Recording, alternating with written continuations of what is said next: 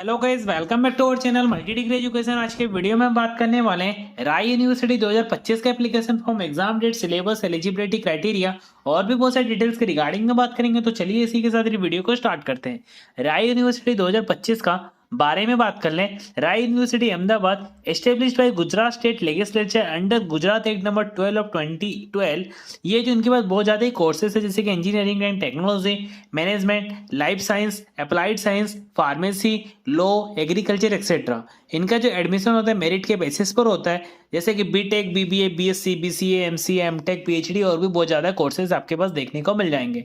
एक तरह का इनके पास नेशनल और स्टेट लेवल के एंट्रेंस एग्जाम इनके एक्सेप्ट किया जाता है 10, 12, यूजी और पीजी के लिए। ये जो कॉलेज है ये यूजीसी के थ्रू रिक्रूट किया गया है और स्टैट्यूटरी जो बॉडी है वो government of India for the coordination, determination, maintenance of standard of university education of India. सबसे पहले इसका हाईलाइट देख लेते हैं। Establish in 2012। इनका जो एग्जाम होता है ICAR, steno and LDC recruitment, GUJCET, UGC net, CSIR, UGC net.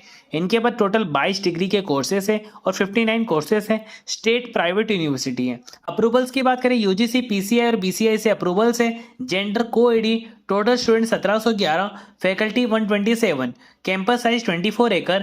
सबसे पहले इसका एडमिशन प्रोसेस की बात कर ले। आप इजीली 12th के बाद भी कर सकते हो, जैसे कि engineering, technology, management, life science, applied science, pharmacy, law, agriculture. Directly तरीके से मेरिट के बेसिस पर आपको एडमिशन मिलता है। आपको 12th में पीसीएम आपका कंपलसरी होना चाहिए बीटेक के लिए और मिनिमम आपका 45% मार्क्स होना चाहिए। उसके बाद आप इजीली तरीके से अप्लाई कर सकते हो। सिलेक्शन प्रोसेस की बात करें तो इनका मेरिट के बेसिस पर होता है। आपका नेशनल और स्टेट लेवल का एग्जाम्स होता है, जैसे गुजकेट, जेडब्ल्यू मेन, केट के थ्रू आपका सिलेक्शन हो जाएगा। उसके बाद आपका पर्सनल इंटरव्यू राउंड को क्लियर करने के बाद आपका डायरेक्टली सिलेक्शन हो जाता है। एप्लीकेशन प्रोसेस की बात करें, आपको उनके ऑफिशियल वेबसाइट में जाना है। वहां पर आपको अप्लाई नाउ का टैब आएगा। वहां पे जाने के बाद आपको सारे डॉक्यूमेंट्स प्रॉपर तरीके से अपलोड करने। वहां पर आपको फीस पेमेंट करना रहेगा as per the preferred course के रिगार्डिंग। एप्लीकेशन फॉर्म भरने के बाद आपको 600 रुपये का पेमेंट करना है। वो केस या डिमांड ड्राफ्ट के थ्रू आप इजिली तरीके से पेमेंट कर सकते हो। अगर आप पीएचडी एप्लीकेशन फॉर्म को सबमिट करते हो तो आपको 1500 रुपये एप्लीकेशन फीस होगा।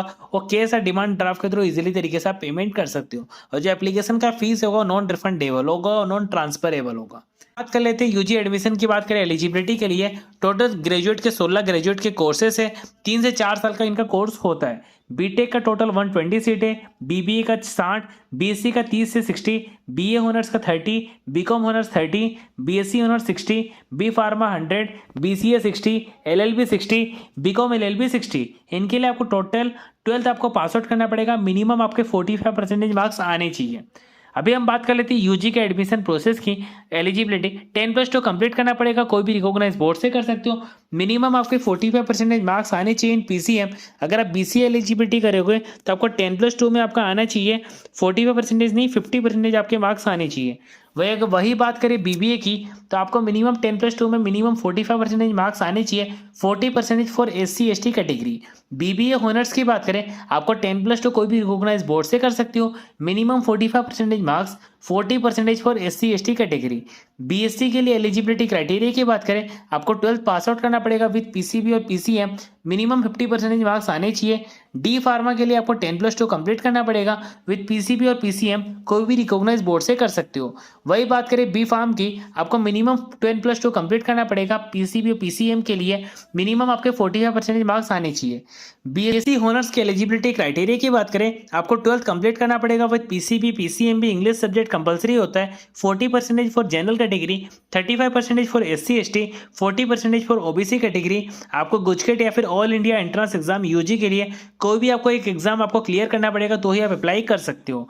पीजी के एडमिशन्स के सीट इनटेक की बात कर लें, टोटल 9 पीजी पोस्ट ग्रेजुएट के लेवल के कोर्स है।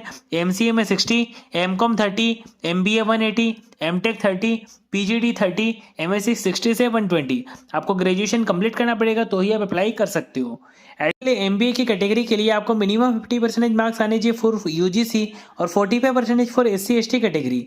फॉर एमएससी की बात करें, बीएससी एलाइड सब्जेक्ट यूजीसी, आपका मिनिमम 50% मार्क्स आने चाहिए। फॉर एलएलबी के लिए आपको यूजीसी 45% मार्क्स आने चाहिए तो ही आप अप्लाई कर सकते हो। पीएचडी एडमिशन में 3 डॉक्टरल के प्रोग्राम है, उसके लिए आपको नॉर्मली पोस्ट ग्रेजुएशन कंप्लीट करना पड़ेगा, उसके बाद आप इजीली तरीके से अप्लाई कर सकते हो।